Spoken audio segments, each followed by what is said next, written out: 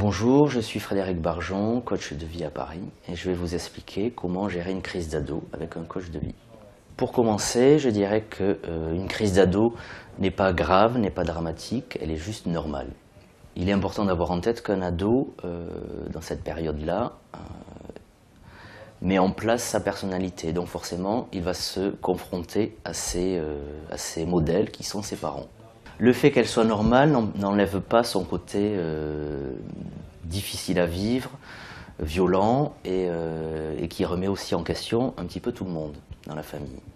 Donc cette crise d'ado est perturbante parce que l'ado est suffisamment subtil pour aller titiller là où ça fait mal chez ses parents. Et pour un parent, c'est difficile d'admettre que son enfant le remette en question. Donc cet état de fait que je viens de décrire, forcément, inévitablement, ça crée des conflits. Et les conflits grandissent parce que très souvent, il y a un manque de communication entre l'adolescent et ses parents, et les parents et l'adolescent. Et ces problèmes de communication engendrent à un moment donné un point de rupture qui fait que les parents n'arrivent plus à gérer. Et l'ado peut commencer effectivement à faire réellement n'importe quoi et se mettre même en danger.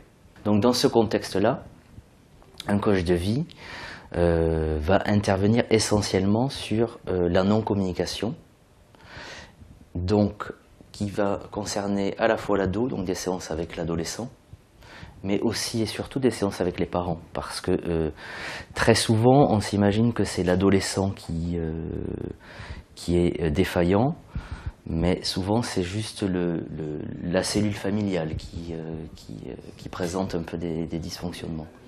Donc mon objectif en tant que coach de vie, ça va être de faire émerger la parole des deux côtés, afin que chacun puisse entendre ce qu'il a à dire, le recevoir, le ressentir, se positionner, et surtout faire émerger les mots, parce que les mots sont essentiels pour un adolescent. Pourquoi les mots sont-ils si importants que ça? Parce qu'ils sont à la fois vecteurs de sens, mais également aussi parce que le vocabulaire employé par les parents et le vocabulaire employé par les ados sont parfois très différents, même s'ils ont le même sens. Voilà. Donc ce qu'il est important de retenir dans un coaching de vie pour gérer une crise d'adolescent, c'est que chacun puisse retrouver sa place. À savoir que l'adolescent devient un adulte, et donc il n'est plus l'enfant de ses parents, mais aussi que les parents se rendent compte que leur enfant n'est plus leur enfant, mais un adulte en devenir. Voilà, je viens de vous donner des pistes pour comprendre comment gérer une crise d'adolescent. Et l'important, rappelez-vous, c'est de communiquer.